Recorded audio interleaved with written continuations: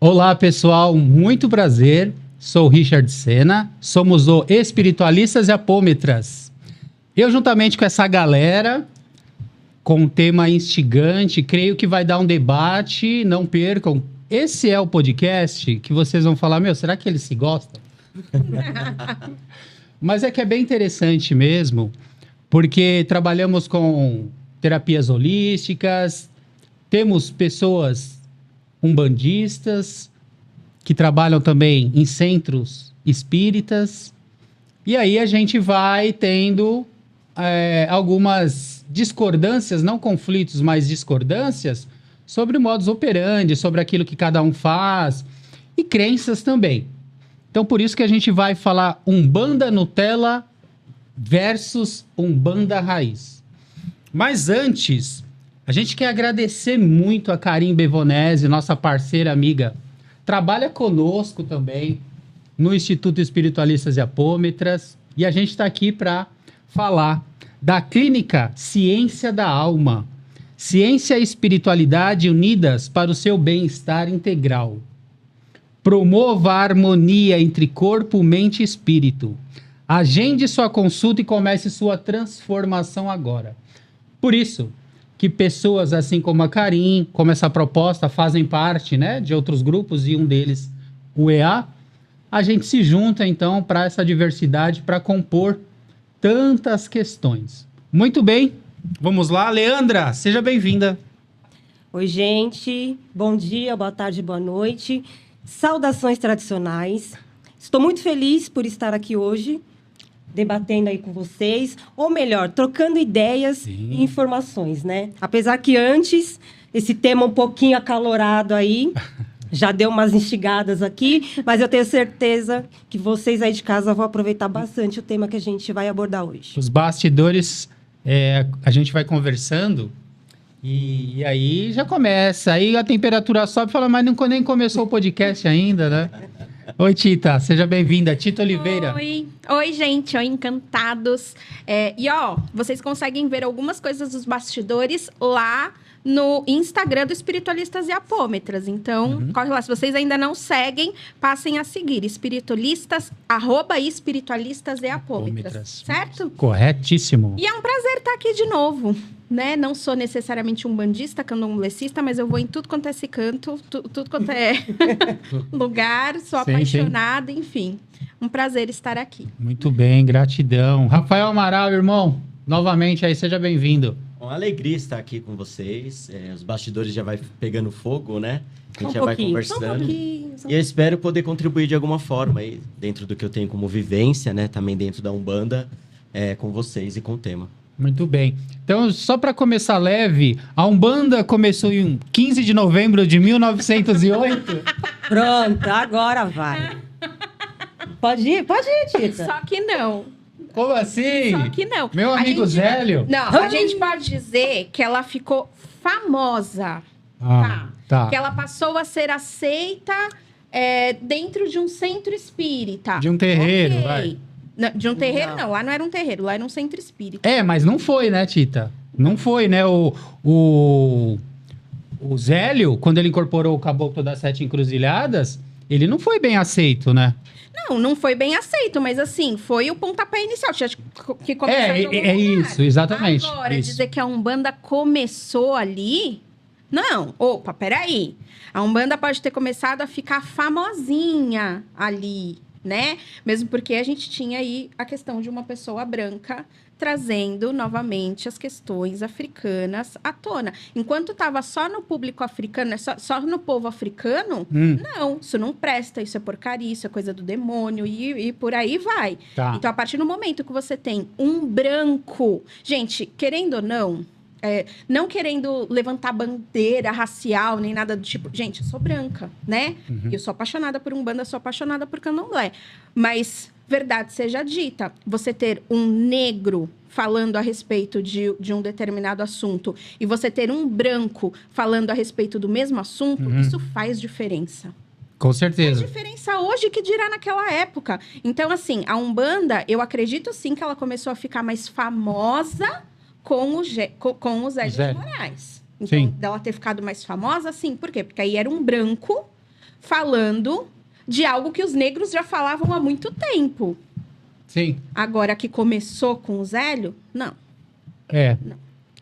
E, Leandra, o que você acha? A gente falar de Omolocô, falar de Yorubá, dessas vertentes afro, como que eles já praticavam? Ou é muito diferente do que Zélio e o Caboclo das Sete Encruzilhadas, Pai Benedito, trouxeram? Sim, até porque quando a gente fala de Umbanda, e aí fala de Omolocô, Yorubá, Banto, a gente está falando de nações. Jeje, né? A gente está falando de nações. Sim. E quando falamos de nações, hoje a África, a gente sabe que é um continente. E a África, ela foi resumida em um período, aí, principalmente nessa questão da religião, de Umbanda, como um país que cultuava... Um lugarejo que cultuava, mas é um continente. Cultos africanos. Sim. Mas quando a gente fala de culto, a gente está falando de várias culturas. Que pode ser de vários países e que também são de várias cidades. É só tirar aqui do Brasil mesmo. Porque a Umbanda que a gente pratica aqui no Sul, no Sudeste, ela é diferente no Norte e Nordeste. Então, eles se baseiam em um outro tipo de nação, uma outra nação de culto para poder fazer os seus ritos. É diferente, às vezes, de um terreiro para o outro. Mas Porque, sabe por que isso? Porque eles se apegam ao fundamento. Mas, assim, o fundamento, ele está na prática do que aquela religião pratica. Ou até a própria região onde se pratica essa religião. Então, assim, cada um faz ao seu modo a sua prática. Eu acredito que o que porque pega as pessoas é sobre que tem que ter um mito. E a questão dos orixás? Então, tem umbandas que praticam orixás e tem umbandas que não. E tu vai falar que tá errado? Não tô falando que tá errado. Então, mas Umbanda é uma coisa, Candomblé é outra. Não, mas pela prática, mas a questão dos rito, orixás... Pelo culto. Tem muita diferença. Tem. Olha, aí eu vou até já levantar uma crítica aqui. Gente, vocês me desculpem, quem curte Rubens Saraceni. Puta, eu nem comecei a falar da Umbanda Sagrada, rapaz. Deus eu ia perguntar amado. pra você. Meu Deus. Mas assim, Mas pode gente, perguntar, não tem problema. De verdade, pra que vão criar mais orixá, sendo que nós temos mais de 400? E isso não entra na minha cabeça. Egunitá, quem é Egunitá na fila do pão? Gente, olha, não quero ofender ninguém. Não, mas já não que... quero ofender ninguém. Mas, gente, a gente tem mais de 400 orixás. Por que vai criar... E Oxumaré? Não, Oxumaré... Eu sou filha de Oxumaré. Oxumaré... E se alguém vai criticar o Oxumaré? Você ia... Não. Você ia lá nos comentários mas lá, ninguém arregaçar. criou Oxumaré do nada. Tipo, não tem orixá pra botar aqui, vou chamar de Egunitá. E é isso. Sabe? Uma coisa é você pegar, de repente, um orixá que não é tão cultuado assim, né? Um orixá que não é tão comum no Brasil e você começar a trazer esse culto para dentro de um terreiro. Outra coisa é você tirar da sua cabeça, vou cultuar o Saci da perna torta. Amado, tipo, da onde surgiu o Saci da perna torta? Da sua cabeça. Então, isso eu não acho certo. E, normalmente, quando se vai para essa linha, por exemplo, de Umbanda Sagrada, você até vai poder falar um pouco mais a respeito disso, porque você, de fato, pratica. E entenda que, assim, eu comecei na Umbanda Sagrada, tá? Então, na verdade, primeiro eu fui para um terreiro que era parecido, era uma mistura de Umbanda com Candomblé, depois eu fui pro Candomblé, depois eu passei por um terreiro que ele era de Umbanda Sagrada. Não é que eu esteja desmerecendo, eu aprendi muita coisa ali. Mas tem algumas coisas que, conforme a gente vai estudando, inclusive em relação a outras culturas, por exemplo, o que a Umbanda Sagrada faz? Ela pega a cabala e coloca dentro da cabala os orixás, por isso que tem o bendito dos parzinhos. Então, Oxum com Oxumaré, Iemanjá com Omulu. Você tem os parzinhos. E essa é a Nutella? Essa é a Nutella. Para mim, isso é completamente Nutella. Porque você tá pegando a essência, que seria o orixá, só que você tá trazendo ele para uma outra cultura. Cabala, você tá falando de judaísmo. Você está misturando uma coisa na outra e aí você tira... Ai, não tem um orixá que dê para casar aqui, então eu vou criar um da minha cabeça. Amado, lógico, é assim.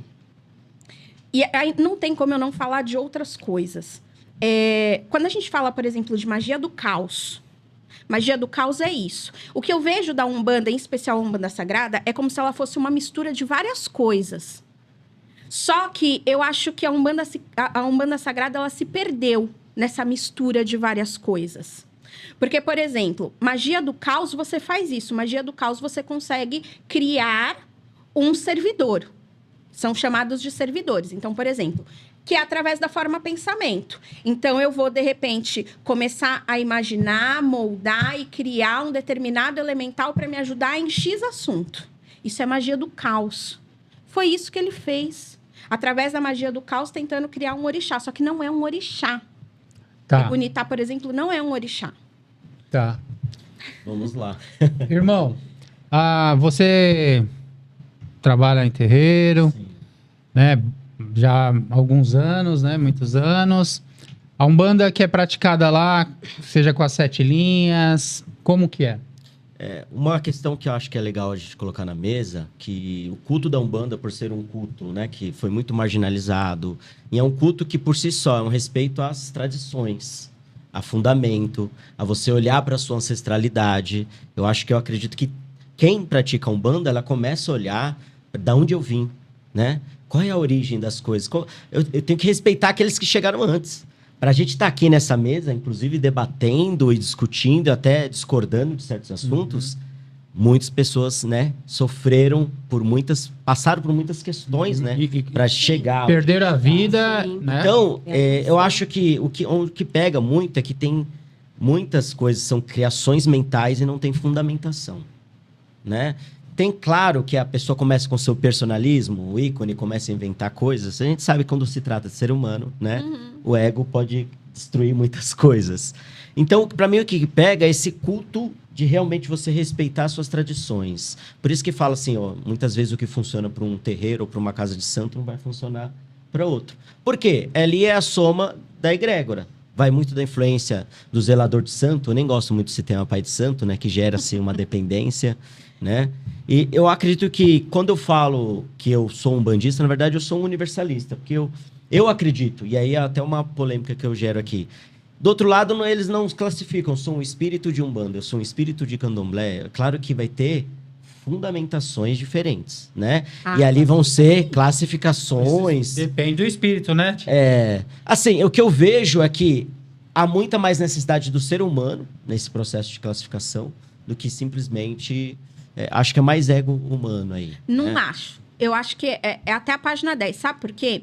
Por exemplo, quando a gente fala de uma egrégora, não é à toa que determinado espírito ele está conectado a uma egrégora. Aqui no Brasil, o que é mais forte, a egrégora que é mais forte seria as egrégoras cristãs, porque a gente tem uma quantidade muito grande de cristãos. E quando a gente vai para essa linha um pouco mais de magia e tal, seria realmente o candomblé. Candomblé, umbanda, enfim, as magias africanas. As magias africanas, os terreiros, isso no Brasil é muito forte. Se você vai, sei lá, para a parte nórdica, não vai ser a energia africana que vai ser a mais forte. O que vai ser mais forte lá realmente vai ser Odin, né? É a cultura. A cultura faz diferença, porque se cria uma egrégora e de acordo com a quantidade de pessoas, isso vai ficar mais forte ou mais fraco. Então, assim, você tem, por exemplo, um Exu. Gente, outra coisa que eu acho um absurdo. Exu não... tem muito Exu Nutella, né? Não o Exu que é Nutella. Eu não acho que é o Exu que seja Nutella. Eu acho que são as pessoas que estão cultuando ele de um jeito Nutella. Amor, Exu bebe sangue. Ponto. Se você trabalha com um determinado Exu e você não faz o corte para ele, a gente sabe que o teu Exu ele não trabalha só com você. De repente, ele trabalha com você, trabalha com o Zezinho, trabalha com a Joaninha, trabalha com um monte de gente. Ele não come com você, ele vai comer com outro. Porque faz parte da essência dele, faz parte da egrégora dele. Mas assim, limita-se a atuação, eu concordo. Ele precisa dessa energia, desse axé.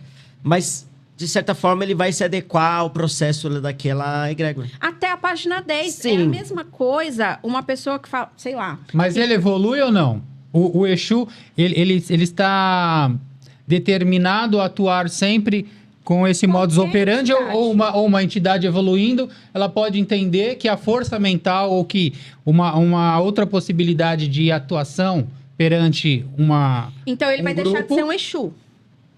A energia Você só acha que tem só essa forma de atuar dentro a energia da egrégora, não é à toa que eles são separados. das falanges de Exus? Cada um, tá? Porque, por exemplo, dentro dos Exus mesmo, de um modo geral, dentro da falange de Exus, é lógico que você tem ali dentro, cada um tem seu grau de evolução individual. Claro. Mas todos eles são Exus, ou seja, Sim. todos eles correspondem a uma energia. Se em algum momento eles pararem de corresponder àquela energia, eles vão deixar de ser Exu e vão virar outra coisa. Porque aquela energia, o fundamento daquela energia é esse, ponto. Se você não está mais correspondendo àquilo, você vai ser outra coisa. Você vai ser, sei lá, um boiadeiro, você vai ser um médico, você vai ir em uma nave espacial para ir para Vênus. Não sei. Mas você vai deixar de ser Exu. Estaria atrelando falange à funcionalidade. Ou não? Eu posso dizer que tem a ver com a funcionalidade. Só é o que é. Exu é isso. Uhum. Nós temos entidades que fazem parte dessa estrutura do que é Exu, ou do que é boiadeiro, ou do que é erê, ou do que é... Seja lá o que for. Nós temos aqueles espíritos que compõem aquilo. Aquela é a energia. Se eu estou me assemelhando àquela... Desencarnei, tá? Eu estou me assemelhando àquela energia, eu vou trabalhar como aquele tipo de entidade. A partir do momento que eu mudo... Porque todo mundo tem o seu livre-arbítrio. Então, eu posso mudar? Todo mundo pode mudar. De repente, mesmo eu sendo um Exu, uma pombagira, me deu uns 5 minutos, agora eu quero, sei lá, vou virar pastor. Não sei. Pode, só que aí ele vai sair daquela egrégora de Exu e ele vai ir para uma outra egrégora cristã, por exemplo. Entende o que eu quero dizer? Sim. Então, a energia Exu é isso, ela não muda. A energia Exu, ela vai precisar do axé, ela vai precisar do egé, né? Ela vai precisar do sangue, ela vai precisar daqueles elementos, porque é aquilo que realmente é a mesma coisa. Um baiano que trabalha com coco. Significa que todo baiano trabalha com coco? Não, nem todo baiano trabalha com coco. Mas o coco é um dos elementos que é muito associado com o baiano. Faz parte dessa energia. E a partir do momento É um fundamento, um arquétipo, né? Evolui o modo de falar, tá? Vamos colocar esse evoluir aqui muito entre aspas, tá? Mas assim, a partir do momento que eu não me identifico mais com aquela energia, eu vou deixar de trabalhar naquela linha e vou trabalhar em outra. E nem precisa ser uma linha de Umbanda ou de Candomblé. De repente, eu me associei com uma linha que é de médicos. Uhum. E aí eu deixo de ter esses fundamentos, essas necessidades que essa linha precisa. Sim, mas aí você também vai utilizar dessa experiência, dessa vivência como espírito para também alguns recursos diante daquilo que se apresenta para você. Às vezes não é a nova etapa, a nova egrégora, a nova falange, a nova linha que vai trazer a cura, o restabelecimento. Mas aí é porque entra naquela coisa assim, sei lá, você tá num cenário de guerra. Isso. E você quebrou a perna. Cara, você não tá num hospital, você vai fazer a atadura com o quê? Com o que tiver ali à mão. Então, você vai fazer com um pedaço de pau. Ok. É o adequado? É onde você vai ter o maior resultado do que se você estivesse num ambiente completamente preparado para você cuidar daquele ferimento? Aquele ferimento vai ficar realmente 100% se você tivesse tido todas as ferramentas que você precisa? Não vai. Você tá fazendo o quê? Você tá tapando buraco. Sim. Pode resolver? Pode resolver. É o mais adequado? Não. Então, peraí, tem coisas diferentes. O seu Exu, ele vai conseguir trabalhar. Eu não quero dar sangue pro meu Exu, não vai fazer corte, eu não concordo com isso. Ele vai trabalhar com o que você der? Vai. Mas vai ser nessas condições, ele vai fazer o que deu. Uhum. Ele não vai trabalhar com a sua totalidade. Ele não vai trabalhar com toda a sua força. Porque não dá. Não tem então, como. Isso que a gente chamaria, então, de Nutella. Quando você limita a atuação por um preconceito, por falta de fundamento, né? Por até uma pesquisa. Se a gente olhar, por exemplo, o culto a Exu, se você virar para um quimbandeiro, vai falar, ó, os umbandistas no culto a Exu são Nutella. Entende? Porque se você falar no culto de Exu e Pombagira, o aprofundamento mesmo é a quimbanda. Sim. Exatamente. Né? Você vai entender da onde veio aquele Exu, da onde veio aquela pombagira, qual a ligação sua. Porque assim, o codinome ele pode dar, eu sou o Caveira, eu sou o Exu Cobra, né? Ele pode dar os nomes. Ele pode até dar o nome dele que ele foi em vida. Sim, que carrega um fundamento. E é exatamente, ele tem um nome em vida. Gente, eu acho um barato. Por exemplo, você fazer um corte para os Exus ou para as pombagiras que são da linha dos caveiros, porque eu tenho a Rosa Caveira, né? Então, assim, você fazer um corte para a linha de caveira, você vê o animal se quebrando. Literalmente. Você tá com ele ali, você já fez o corte, já fez o que precisa fazer. Você muitas vezes escuta os ossos daquele animal se quebrando quando ele tá ali no alguidar. Isso é uma força absurda, porque aquele espírito, ele realmente entra ali. Ele vai buscar aquele axé. O tutano. O tutano.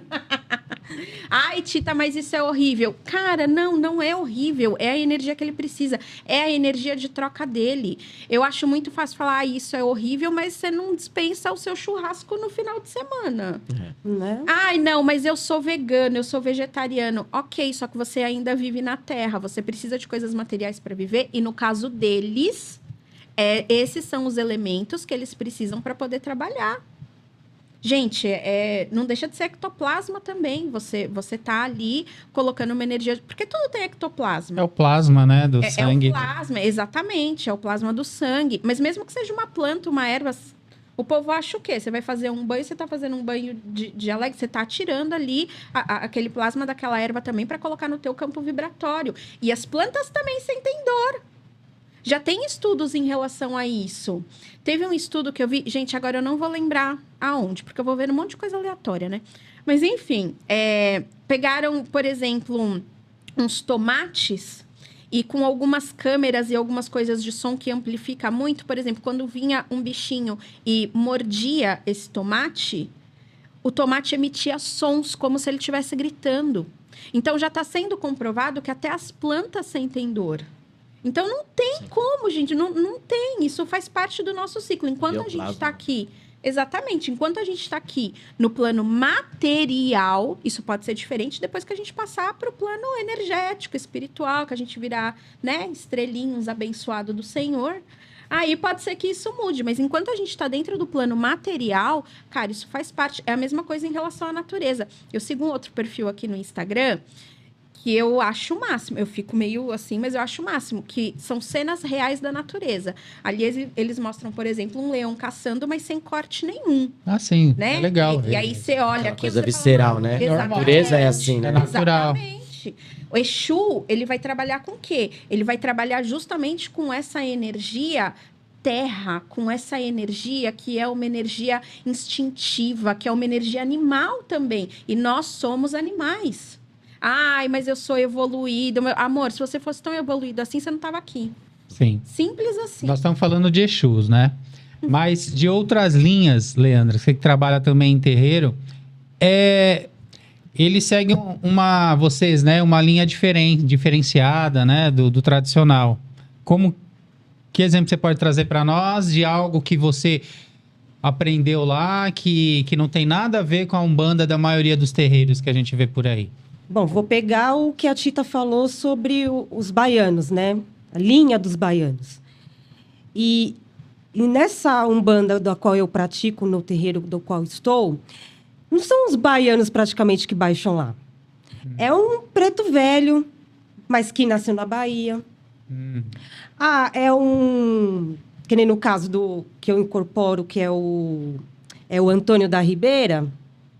Ele pode vir na linha dos marinheiros ou na linha do povo das águas, mas ele é um preto velho. Ele precisa do toco para sentar, ele precisa do cachimbo, mas ele vem na linha dos marinheiros, por quê? Do povo das águas, por quê? Porque ele foi um ribeirinho. Entendi. Então ele trabalha com o elemento. Ele elemento água. Ele trabalha com o elemento água, mas se precisar ele vir na linha dos pretos velhos, ele vem também. Ele não está amarrado, ele não está encapsulado. Legal. Entendeu? Ele não está encapsulado. Os guias hoje, eles não precisam estar encapsulados. Ah, é a linha da esquerda, a linha da direita. Ah, é a linha dos marinheiros. Eles não estão encapsulados, mas a linha na qual eles correspondem é onde é o principal ponto de força deles. Então, Sim. eles podem vir. Pode, mas eles não problema, mas eles não estão apegados a isso. Quem está apegado somos nós. Nós estamos apegados a essas linhas, entendeu? Mas eles não. Pode muito bem, numa gira lá de Preto Velho, vir o seu caveira. E ele vai trabalhar. Então, E ele pode falar, não, eu... da página 10. Eu concordo que, assim, por exemplo, numa gira de Preto Velho, pode vir um Exu? Pode. Assim como numa gira de Exu, pode vir um... Pode. Não tô dizendo que não possa. Mas, por exemplo, se ele é um Preto Velho... Ele é um preto velho porque ele se afiniza com essa linha. Então, todas as formas de trabalho dele vão se assemelhar muito mais com a linha de preto velho do que a de um Exu. Eles podem juntar força. Não é um negócio assim no sentido de, eu sou um preto velho, então eu não vou trabalhar com Exu.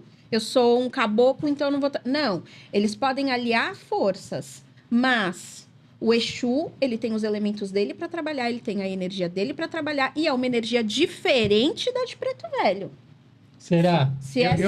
Eu ainda fico com dúvida esse negócio de energia. Eu acho, por exemplo, se a gente trazer um fundamento das leis herméticas, das polaridades, entre o yin e o yang, que aí traz a filosofia do taoísmo, né? Taoísmo, que a gente vai ter essas forças reverberando em nós constantemente. O yin e o yang. E a irritabilidade, que é uma característica do Yang, mas a mulher tem muito. E tem todo mês. Sim. Mais forte. Não é? Então, a mulher, ela passa a ser homem? Não. Ela não passa a ser homem. Porque aquela força está nela. É uma característica do Yang. E o homem, em alguns momentos, uma característica de passividade, de acolhimento... que tem a ver mais com a característica. Você ter características é uma coisa, você estar completamente imerso na energia é outra. Então, mas será que estão? Será que esse é o ponto? Não tinha porquê. Não tinha porque teria as diferenças. Sabe por que teria? Porque outra lei hermética, assim como em cima e embaixo, e até eu canso de citar, irmão, o trecho Efésios 6:12, quando diz que não lutamos contra a carne e o sangue, mas contra os principados, as potestades celestes, das hostes celestiais, então. Então, são seres divinos que vão por uma característica de enfrentamento, de troca. Mas nós temos um aspecto também de outros seres, como Jesus, como as consciências crísticas, que atuam, eles são até chamados de amadores. Mas eles não deixam de ir por um embate. Só que o modus operandi é outro, entende? Então, só que aí a gente tem uma outra questão. Eu entendo que, por exemplo, ser evoluído para mim é orixá. Então, mas o orixá, ele... Tá, mas tudo bem. Mas aí, vamos então dar o ponto aqui de definição de orixá. Não, porque assim, o guia, a entidade... Eu concordo que ele está mais evoluído do que eu. É por isso que ele está me auxiliando. Mas ele ainda é um ser humano. Mas eu não sei se ele está mais evoluído que você, não. No contexto geral. Não, eu entendo o que você está dizendo. Isso. Concordo que isso também é possível. E aí, assim, vou abrir uma outra coisa minha. Uma das minhas pombagiras, que eu tenho a Rosa Caveira, mas eu também tenho as 7 saias. As 7 saias, quando a gente começou a trabalhar juntas... eu percebo que a energia dela era completamente diferente do que a energia dela de como tá hoje. Isso, evoluiu. Inclusive no sentido de eu colocar alguns breques, né? Porque se eu deixasse por conta dela, gente... Então assim, eu percebo que... que é estranho eu falar, eu sou mais evoluída do que ela. Não, eu não acho que eu sou mais evoluída do que ela, mas ela é muito mais pé no peito, no sentido de faca na caveira mesmo e dane-se, entendeu? Tipo, e vamos mandar e vamos fazer. Ela é muito feiticeira. E tem hora que eu breco no sentido, tipo, calma, não é pra tanto. Não vou dizer que seja mais ou menos evoluída, não é isso. Mas é diferente, sabe? Eu sinto que se fosse por ela, acho que eu já tava com uma porrada de outros karmas também em cima de mim, porque ela não quer saber. Tipo, vai ter que vai ser cobrado depois? Vai. Então depois eu vejo o que é que eu vou fazer. Agora eu quero me vingar de você e é isso. Entende? Essa é a linha dela. Fala. Mas essa naturalidade com a espiritualidade é o que eu acredito hoje. A gente coloca eles numa posição muito, né, elevada e perde-se um contato. Como se cria uma relação com uma entidade? É através desse... Você não vai aceitar tudo. Por isso que eu falo do processo dos livres pensadores. E tem, sim, eu acredito que há uma divisão, se eu fosse colocar uma divisão, a gente fala que o amor ele é feito de duas vias, misericórdia e justiça, né? Se eu sou muito misericordioso, as pessoas vão cagar na minha cabeça e eu vou achar, nossa, que legal, tá quentinho, né? Tá gostoso. Se eu ficar muito na justiça, eu me torno uma pessoa autoritária. Isso. Então, qual que seria o equilíbrio dessas duas vias? Seria a misericórdia e a justiça. Equilíbrio pautado numa base ali, amor. Tem espíritos que vão para uma linha mais da justiça. Que vão para uma linha mais de atuação ativa, agressiva, que vai para uma coisa mais visceral. Que é do Ian. E tem gente que vai para uma linha mais de acolhimento. São espíritos ligados a acolhimento. Então, eu acredito hoje, olhando para a espiritualidade, que é mais essa divisão energética. Não que eles não possam atuar nas duas fluências, mas eu acredito que eles descansam em uma. Sabe? Essa aqui eu fluo mais, na outra não. Isso, então ter características. É isso. Existem características. Sim. Então, eu sou dessa linha, mas nada me impede de, muitas vezes, ir para outra e ok. Mas a sua essência não vai mudar, que é isso que ele tá falando. Tem uma vertente que eu descanso mais. Então, mas qual seria a essência? A essência até onde eu alcancei, até onde eu consigo enxergar que aquilo faz parte de mim, ou aquilo que me move, às vezes me coloca à prova? Não, nem uma coisa nem outra. O que é porque a gente estava falando antes a respeito de linha. Então, por exemplo, que nem eu falei, um preto velho, ele se assemelha à linha de preto velho porque ele tem mais aquelas características. Significa que se ele precisar mandar uma demanda para alguém, ele não vai mandar? Opa, se vai. E demanda, né? A demanda... Mas assim, vamos lá. Um preto velho quimbandeiro. Nós estamos falando de Umbanda Nutella, Umbanda Raiz, mas colocando outros elementos dentro dessa discussão, dessa análise. Sim. Até filosófica. Mas se a gente coloca um preto velho que trabalha com a lei, o Tai Chi, por exemplo, que ele desvia, né, a energia do ataque, ele deixa passar, e que essa energia que foi reverberada contra ele volte, né, para aquele que emanou. Então, a estratégia, a inteligência e trabalhar a favor da lei, não contra ela. Então, essa demanda que você diz é uma demanda de vingança, é uma demanda de fazer a lei agir com as próprias mãos? Aí a gente entra justamente na questão de que entidade também são seres humanos. Então, eles também podem ir para os dois lados. A gente tende a acreditar que, se é um preto velho, então ele sempre vai estar trabalhando na lei. Ele é um ser humano. Ele é um ser humano. Tudo bem, ele é um ser humano, mas... Não, eu concordo com você, como a própria lei da correspondência que eu falei. Agora, quem eu acho que está acima disso, por exemplo, é os orixás. Aí, quando eu falo de orixá, não. Aí orixá não é ser humano. Embora tenha algumas linhas que falangeiros. Não, mas tem algumas linhas que colocam os orixás como se tivessem vivido mesmo e tal. Sim. Né? Mas, para mim, quem está evoluído mesmo aí nessa história, dentro dessa egrégora, né, de matriz africana e tudo mais, é orixá. Orixá, sim, tá acima de entidade, orixá tá acima de mim, orixá, sim. Mas o orixá, ele é um ser individual, pensante, ou é uma emanação de uma divindade no conceito? Eu quero ouvir você, Leandro. O que você traz? Aí depois faz aqui a roda sobre o tema. O culto ao orixá dentro da Umbanda, da qual eu pratico, o orixá, ele foi uma pessoa que viveu, que teve as suas dores, que teve as suas alegrias. Não é o falangeiro, é a própria divindade. E que através das suas experiências de vida, né, os orixás, eles são tidos como reis e rainhas. Cuidavam dos seus povos. Né? Então, eles eram sábios. Então, quando eles passavam por situações de conflito ou de poder de decisão, é aí onde a história, né, que é mais o candomblé que fala, né, os itãs falam, que eles se tornaram orixás por causa de situações precisas que eles tiveram que passar. Uhum.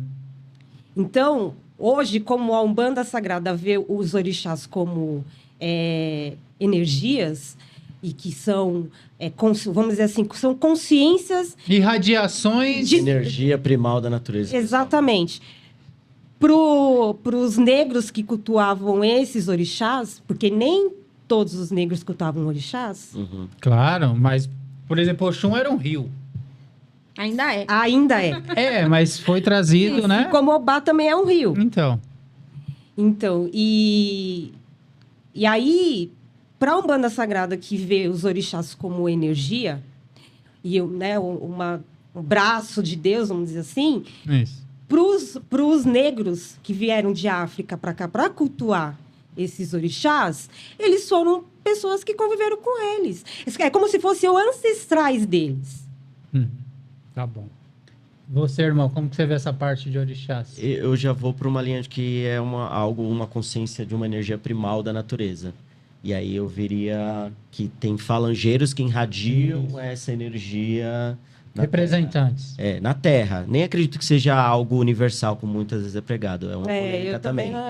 Quando fala algo universal, não, a gente detém o que está ali no nosso planeta. Sim. Aqui. Vamos, né? Já é tão complexo lidar com tantos, né, processos espirituais que lidam da natureza, do nosso planeta. E eu nem acredito que seja algo universal. Acredito que seja uma energia primal mesmo, que foi constituída na Terra. Uhum. E você? Que carrega todo né? Sim.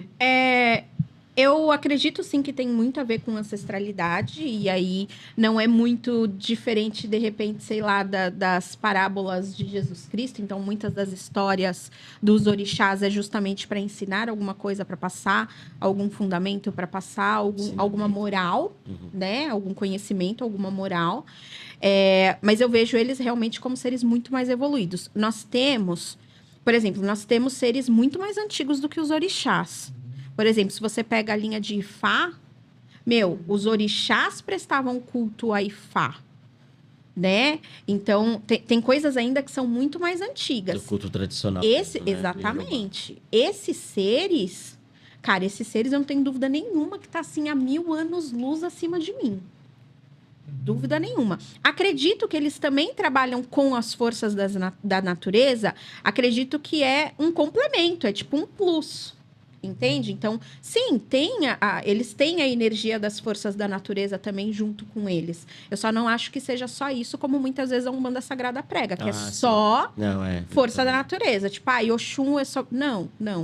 Oxum não é só isso. Mesmo porque a forma como eles são cultuados aqui no Brasil é muito diferente do que é lá. Por exemplo, você vai num terreiro de candomblé... Xangô dança de um jeito, e ele vai dançar mais ou menos do mesmo jeito em todos os terreiros. Oxum dança de um jeito, né? Que é o que falam de ter o pé de dança. Mas não é inconsciente coletivo? Não, na hora quando... Não. Quando você recolhe pra camarinha... Ou inconsciente coletivo do médium? Não. Quando você entra pra camarinha... Quando você se recolhe, que você entra pra camarinha, você aprende dentro da camarinha. A zeladora que vai cuidar de você ali dentro... Porque assim, aí já entra em todo o fundamento do candomblé. Mas quando você entra pra camarinha, o seu orixá ele vai ser ensinado, literalmente, como se comportar. Em muitos terreiros, não todos são assim, mas muitos terreiros, por exemplo, enquanto você está dentro da camarinha, a maior parte do tempo você fica virado no herê. Porque o herê, ele tem uma comunicação direta com o orixá. Sim. Mas em alguns momentos ali, você vai virar no teu orixá e a zeladora que está ali cuidando de você, né? Ela vai literalmente ensinar o seu orixá como ele deve dançar. Uhum. Isso faz parte do rito. Normalmente, se fica recolhido pelo menos 21 dias. Às vezes mais, se o orixá pede, mas assim, pelo menos 21 dias. Então, assim, aqui no Brasil... entre aspas, meio padronizado determinados gestos, e isso se aprende dentro do terreiro na hora que você está na camarinha. Uhum. Então, não é uma energia universal, e o meu orixá aprendeu a dançar do nada. Não, aquilo literalmente é ensaiado para o dia da saída de santo. No dia da saída, no dia da apresentação dele, ali no Ilê, ele vai dançar da forma como ele aprendeu. Uhum. Isso é aqui no Brasil. Na África não é assim. Então, como você falou, que talvez o que seja praticado aqui possa ser considerado Nutella, né? Mas há uma forma certa de ser praticada a Umbanda, de ser praticado o Candomblé, ou os ritos? Eu acredito que eu não usaria o certo e errado. Eu diria funciona ou não funciona. Às vezes vai funcionar para um, não vai funcionar para outro. Mas acho que há algumas premissas, né, a serem respeitadas quando se fala de um culto à ancestralidade, a respeito à diversidade, a fundamentos. É que nem você chegar, por exemplo, falar que eu tenho só de coração, né, de querer acolher, eu vou conseguir, se eu não tenho uma iniciação. Como que eu vou transmitir esse axé? Então, acho que tem que ter estudo, tem que ter fundamento, tem que ter uma postura realmente de se colocar como um eterno aprendiz junto à espiritualidade. Quanto mais eu estudo sobre espiritualidade, é aquela coisa, né? Eu só sei que nada sei. É isso, porque você vai ver que o buraco é muito mais embaixo. Em contato mesmo com essa espiritualidade, é falar ó, que a gente está ainda no berçário, no pré das realidades mesmo dessa espiritualidade. E o que limita realmente é esse dogmatismo, esses donos da verdade, que poderiam estar unidos. E aí é o que eu falo, essa união eu não preciso concordar, sabe? Eu não preciso estar concordando com... Por isso que eu uso funciona ou não funciona, porque às vezes é um atacando o outro, um demandando o outro, e quem que vai sair vencedor desse embate? Sabe? Sim. É uma, sei lá, mais ego humano do que... Então, eu não acredito nesse processo certo e errado. Hoje eu vou no funciona ou não funciona? Está funcionando assim para você? Quem sou eu, né? Para lidar com o falar que isso daí está errado? Mas acho que tem algumas premissas, sim, que tem que ser respeitadas quando se trata do culto à ancestralidade, as tradições. E respeitar quem... Se a gente está, de novo, discutindo tudo isso aqui, teve muita gente que passou antes da gente e sofreu bastante, inclusive. Porque a gente não pode deixar de esquecer que é um culto ainda marginalizado. Estamos em 2024, gente. E você, Leandra? Muito bem, Rafael. Para mim, a questão do certo ou do errado, da Umbanda ser praticada em vertentes tão diferentes, ela causa um dano? Causa. Você acha? Causa. Porque eu acredito que para você praticar Umbanda, você tem que pisar no chão de terreiro. Vivência. Você tem que ter a vivência. Lá a gente pratica a oralidade, é um passando a informação para o outro. Os livros são necessários? A academia é necessária?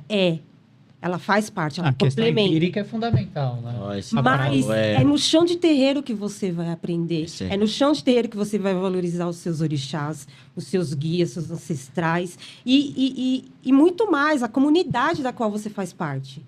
Você pega esses valores e você leva para dentro da sua casa, a sua família.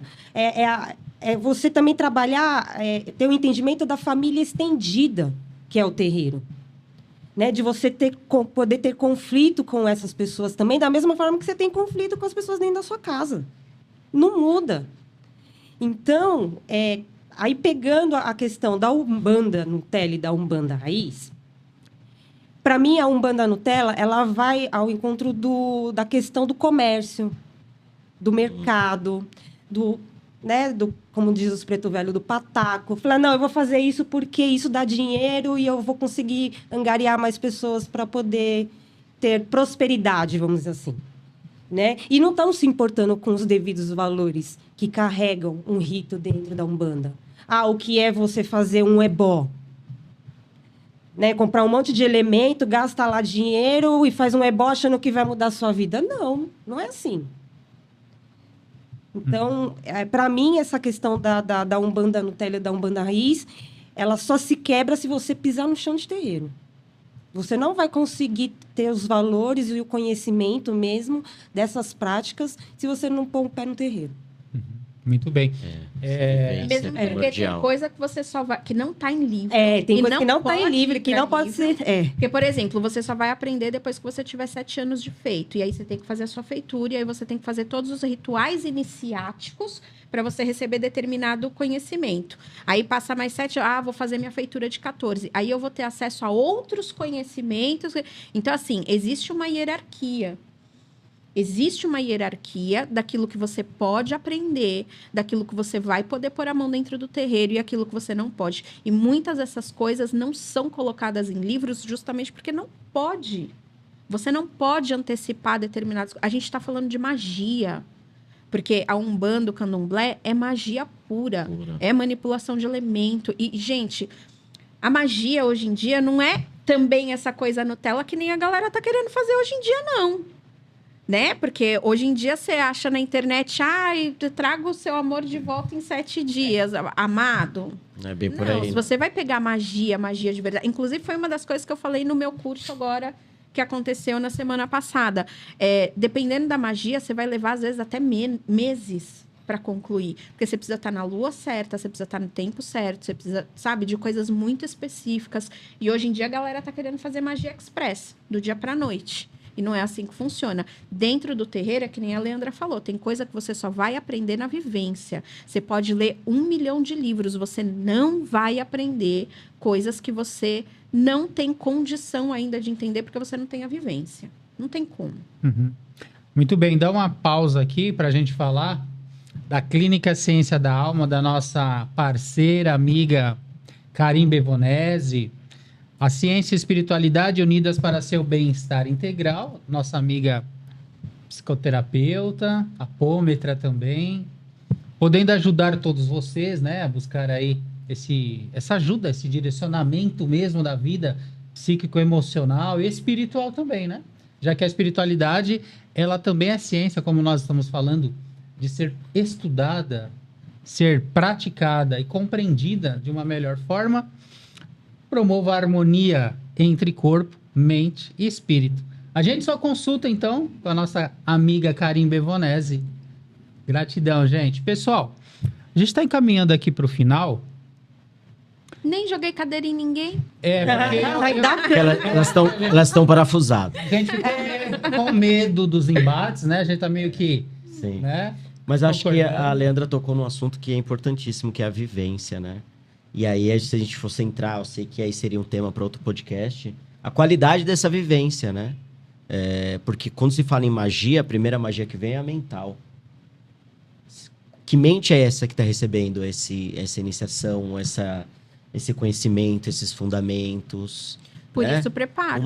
Por isso desse preparo. Essa vela sem intenção, é só uma vela. Sim. Então, a gente precisa entender que a magia mental é um preparo, inclusive, de olhar para aspectos seus. Ao ponto do que a Tita falou. Tem coisas que, se eu for dar amém para tudo que minha pombagira fala, a gente estaria em outros caminhos aí. Então, por isso que é legal desse preparo mental, esse preparo emocional, o desenvolvimento humano além do vislumbre. Porque dá um vislumbre. Com certeza. Não dá um vislumbre de você começar o fazer mediúnico? Quando você vê ali o processo, que você está conseguindo ter resultados, ajudar pessoas, isso pode virar a cabeça, né? Então, o fazer, o Nutella e raiz também é aquele que também olha para o corpo mediúnico. Tem essa preocupação com... Antes de médios, são seres humanos. E aí, como que você tá? Que eu acho que quando se torna uma proporção grande, de uma casa grande, vai se perdendo esse... Eu acho importantíssimo o que você falou. Um vai trocando com o outro. E essa troca que vai enriquecer, né? Assim, ambiente de terreiro, de verdade. Tem de tudo, né? Ambiente de terreiro, Seres humanos. em muitos aspectos, é muito tóxico. Entendeu? É um dos motivos de que, assim, eu não quero... Eu amo ir em terreiro. Eu amo ir em festa, eu amo ir em saída de santo. Eu adoro. Tita, você quer voltar para um terreiro para trabalhar? Fala, mas nem que me pague. Não quero. Eu acho que depois que a gente vê os bastidores, é complicado. A gente questiona, eu questiono até hoje. Eu comecei com 15 anos. Eu fui dos 15 aos 29, 30, mais ou menos. Então, assim, sou apaixonada pela religião. Mas eu tenho o pé atrás com as pessoas. Passando por todas as fases, né? Consulência, né? Não, eu comecei com 14 anos trabalhando. Trabalhando já? Trabalhando. A minha primeira incorporação eu tinha 14 anos. Nossa. Dentro de um terreiro. E para mim foi um pouco traumático em alguns aspectos, né? E foi com a pombagira, com essa minha pombagira 7 saias, uma linda, maravilhosa. Depois eu fui expulsa desse terreiro, mas isso é coisa para outro podcast. E foi por causa dela. Enfim.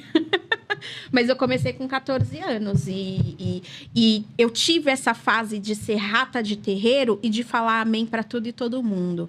Principalmente para Pai de Santo. Aquela coisa, Pai de Santo falou, então é lei. Minha pombagira falou, então é lei. E eu tomei muito na cabeça.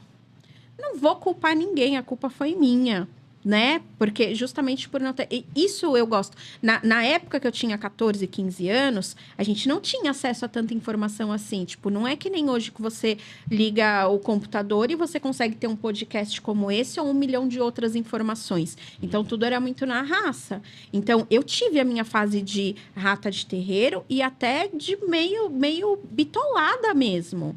Eu tive essa fase, gente, de extremamente... Aliás, como todo novo convertido, né? Não importa qual seja a religião. Proselitismo, vá para esse caminho. Exatamente. Amém, aleluia, saravá. Então, eu tive essa fase. Eu tive a fase também de querer mandar demanda para fulano porque eu tô com raiva e foda-se.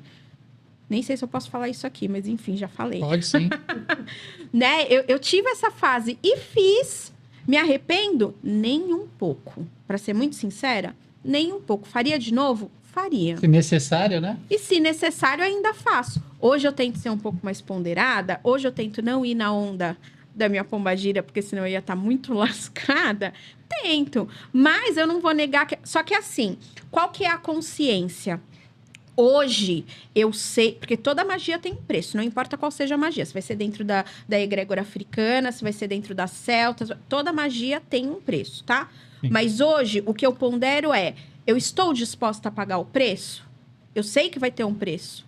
Estou disposta, porque a minha raiva tá sendo tanta e eu tô a fim de ferrar com fulano. Então, vou pra cima. Só que hoje eu sou uma pessoa um pouco mais ponderada. Tá sendo muito difícil me tirarem do sério. E eu quero que continue assim. Mas dizer que, jamais eu vou fazer, amor... Não vou dizer que jamais eu vou fazer. Se eu achar que eu tenho que fazer, eu vou fazer, mas dessa vez de uma maneira consciente. Eu sei que vai ter um retorno de alguma forma? Sei. Tô disposta a pagar o preço? Tô. Então, vamos embora. Muito bem. Leandra, a gente já vai para as considerações finais, mas já deixando aqui que falaremos até da apometria raiz e apometria Nutella. Sim, esse mas, é um Leandra, tema interessante também. Claro, você... se colocando assim da forma como um bandista praticante, filha, né, de Obá. Oxóssi Obá. Você é uma nova pessoa, como...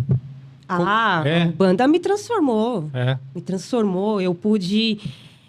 não só a religião em si, mas o contato, né, com os guias, com os orixás, principalmente com esses 2 orixás.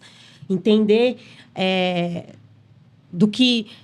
dos itãs que contam as histórias desses orixás e quanto que eles se assemelham com as minhas questões, né, com as minhas escolhas. E também a parte do guia, também, que é um ancestral meu. Você contou isso aí no primeiro podcast, pessoal. É verdade. Assistam lá o primeiro podcast. Nós estamos aqui no 29º. Mas assistam esse primeiro podcast do canal Espiritualistas e Apômetras, que a Leandra conta quem é o Caboclo 7 Flechas. 7 Flechas. Ela conta lá. Não fala aqui. Não vou falar, não.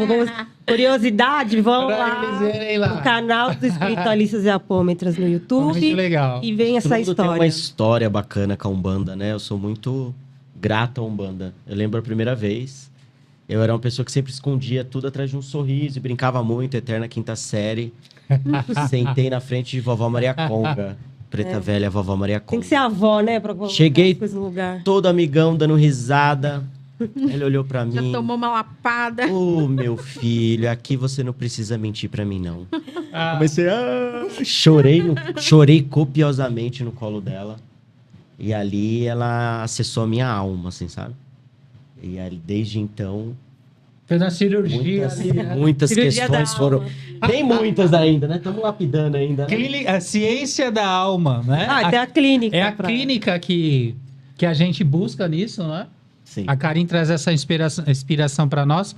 Mas é que a gente fala do que vivencia, né? Sim, exato. É com verdade. A verdade, a sua verdade. Sim. Não absoluta, porque ela não existe. Sim. Como a Leandra está colocando aqui, a Tita, porque viveram isso. E a vivência que vai dar. E colocam isso, né? Perante a todos. Não tem problema, não tem nada, né? Nada que se esconder perante a qualquer pessoa do que vivenciou. Tanto você falou de que se a gente quer pagar o preço ou não, tudo tem o seu ônus e bônus, né? Sim. Então a gente está disposto ao ônus e bônus da nossa vida e das nossas escolhas. Sim.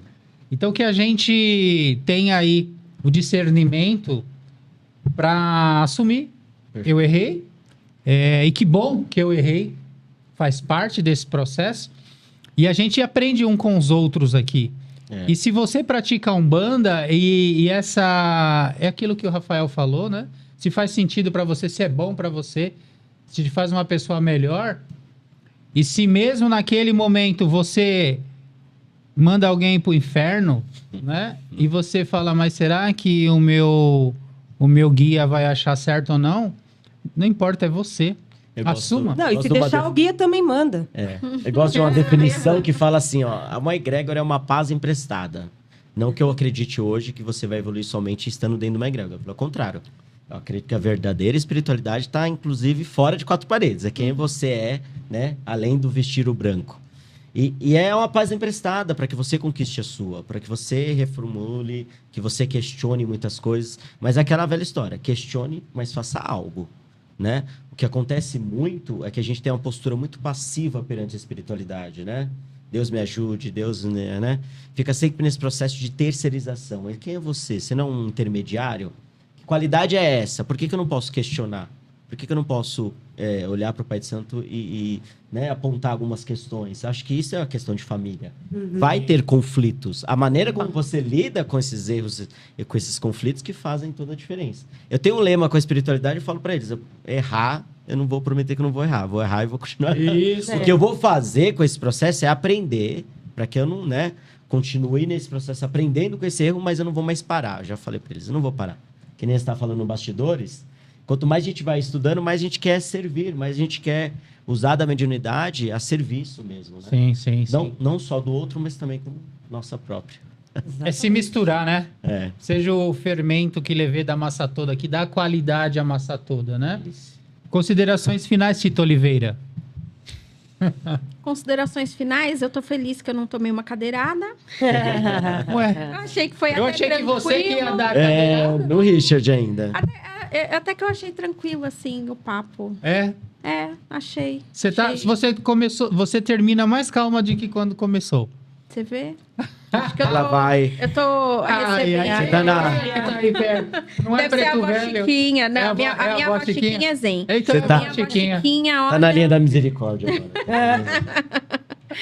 Leandra, fala, você quer falar? Eu acho que o papo tá bacana, mas eu ainda parto do princípio de que a Umbanda tá prejudicando um pouco da cultura africana, assim, de um modo geral, sim. Porque eu acho que eles estão misturando muita coisa que não era para ser misturada. Eu acho que muita coisa está sendo perdida nesse processo. Eu acho que muita coisa está deixando a desejar. Eu entendo, por exemplo, eu acho muito curioso, hoje dentro dos terreiros, nós teremos mais gente branca do que gente preta, por exemplo. Vocês já repararam nisso? Tem muito mais gente branca dentro do terreiro do que gente preta. Eu percebo que as pessoas brancas estão indo muito mais para dentro do terreiro do que... Não é um atrativo ou uma vontade de querer aprender com a cultura afro? Não, eu acho que... Até eu tava vendo um vídeo que foi... Você acha que não tem nada? Como que é o nome dele? O rapaz que você... Eu vi no TikTok, gente. Eu esqueci o nome dele. Ele fala sobre... Tem um vídeo que ele fala a respeito disso. Se você lembrar, você me fala depois. Eu sei quem que é. Eu sei quem que é. Enfim, ele traz, inclusive, essa questão e ele fala que, assim, o que acontece? Tem uma questão de classe, de raça, em relação a isso. E tem também o fato que eu concordei com ele totalmente, que é assim, a Umbanda tá trazendo muitos elementos que não são afro para dentro do terreiro. Por exemplo, é muito comum hoje em dia a gente entrar dentro de um terreiro e a gente ter todas as imagens católicas. Tá, mas isso é o muito sincretismo. comum. Então, mas isso quem... Candomblé não é sincretismo. Tá, mas orixá foi feito por uma razão. Foi feito por uma razão lá Isso, atrás, isso. justamente por conta da escravização. Isso. Hoje a gente não tem mais escravos, pelo menos em teoria. A gente não tem. Não vou nem entrar nesse mérito aqui, porque senão a gente não sai daqui hoje. É, e aí vamos- muda. Aí muda. É temas Mas para vamos próximos partir do podcasts. princípio de que hoje nós não temos mais escravos. Se a gente não tem mais escravos, a gente não tem um motivo para continuar com esse sincretismo. Porque Santa Bárbara Ué. é Santa Bárbara e Yansan é Yansan. Uma coisa não tem nada Mas a é ver com a uma outra. nação, mas é uma nação cristã. Exatamente. Né? Por que você está tendo elementos cristãos dentro de um terreiro de Umbanda ou de Candomblé que é de matriz africana? Então, mas é por causa da educação. A gente é catequizado desde criança. Exatamente. Então, mas há um apreço também dessas pessoas Mas é pelo por isso, cristianismo. Exatamente. Então, não tem que mas ter. você acha que é Porque ruim? eu acho que é péssimo. Justamente porque você está descaracterizando a matriz africana. Se você está indo para o Candomblé, se você está indo para Umbanda, teoricamente é porque você está realmente se conectando com aquela energia. Com o orixá, Mas será que não é um com processo? guia, com... Então, Eu digo assim, ó, o processo, por exemplo, uma pessoa que ela é católica e ela se seduziu, ela teve a sugestão de tantas pessoas ou dela mesma, né, da ancestralidade dela, para ir buscar, para entender mais. Só que eu entendo que ela não precisa deixar, né, copo meio cheio, meio vazio, né? Uma coisa que eu acho curiosa, se você vai, por exemplo, pro budismo, você não tem que fazer sincretismo com nada, todo mundo aceita numa boa. Porque quando é uma religião de matriz africana, você tem que ter esse disfarce. Não, Entende? eu entendo o que você está falando, da questão de assumir mesmo, de ter um preconceito. E aí eu acho Sim. que a Umbanda, em muitos aspectos, acaba fazendo um desserviço para a cultura africana, de matriz eu tô africana. entendendo o que você está falando, de não assumir, de falar, ó, a minha linha é essa, Exatamente. você é bem-vindo, mas a nossa linha é essa. Exatamente. Eu Você entendo o que você está bem-vindo, falando. venha. Sim. Estamos dispostos a te ensinar. Isso. Você quer aprender o que é, eu vou te ensinar, mas eu vou te ensinar Isso. dentro daquilo que É, realmente não, eu é. concordo. E não misturando com o Sim. santo da Igreja Católica, rezando Pai Nosso, Ave Maria. É. Gente, credo. Eu já fui em terreiro que eles rezam credo. Sim, sim. Amor. Entendo o que você tá Como falando. assim? Entende? É. Então, em muitos aspectos, eu acho que a Umbanda acaba fazendo um desserviço. É, porque ela se submete a uma outra filosofia. Eu entendo isso. Eu não descarto o conhecimento que ela adquiriu numa outra filosofia trazer, mas a filosofia que ela veio buscar, se aprimorar, conhecer, não tem que submeter a outra. Eu concordo com isso. Exatamente. Muito bem. Considerações finais. Bom, vamos lá, né? Acho que agora esquentou de novo o climinha, né? Não, Ficou mas você tá gostosinho? acabando, não- Ficou gostosinho o clima? Eu já encerrei. Bom, então, para te ajudar a encerrar, já agradeço aqui o convite, mais uma vez. E espero estar nos próximos. Se tiver um banda, você tá no meio, Sim, Leandra. claro, eu gosto muito dessa temática. Mas... Entre outros temas também. Sim. Apometria. Apometria também, né? Esse é um tema muito bacana também se falar. E também reforçando o que a Tita falou sobre os terreiros ainda terem nos seus altares santos católicos. Tudo bem, tem a questão da aceitação do seu público, né? Porque é muito fácil, é muito mais fácil abrir um terreiro e ter os santos católicos para que as pessoas se identifiquem com aquelas imagens. Assusta menos. Porque as E imagens atrai. africanas assustam mais. Ah. E também tem a questão do comércio. Não, a gente precisa aderir essas pessoas também. Porque a Umbanda em si Cativar o público. começou assim. Marketing. Começou assim, com aquele encontro lá de a Federação Umbandista Espírita, para discutir sobre a Umbanda e os fundamentos que ela tem que seguir. Que pode e não pode, né? Começou com isso, e tem terreiros que continuam com isso. Mas tá tudo bem. Ai, Tudo não bem. tá tudo bem, não. Tá tudo bem, mas cabe nós hoje, a gente Pelo abrir ponto- a consciência deles. Tá. Não, pelo ponto de vista raiz, não. Mas pelo ponto de vista Nutella, tá tudo... Tá tudo bem, mas a gente... Vamos dar vamos ter esperança que esse povo vá em busca, né, das informações mesmo históricas sobre o que é o culto de matriz africana, entendeu? Tem livros aí falando sobre...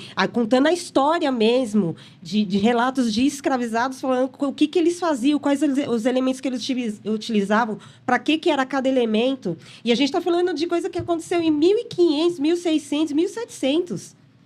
Que hoje a Umbanda, né, sagrada não fala. Porque encapsulou os ritos. Eles encapsularam os ritos. Se bem que outra coisa que também deixam muito de lado são todos os cultos que já tinham aqui no Brasil dos indígenas, né? Que hoje também, eles também... Nossa, isso vai outro podcast. Outro podcast também. Não, muito bem. Fala. Então, a gente tem que procurar literaturas que realmente pegam essas informações e falam com veracidade, com verdade, com honestidade. Acho que esse é o ponto certo, para se falar com honestidade. Muito bem.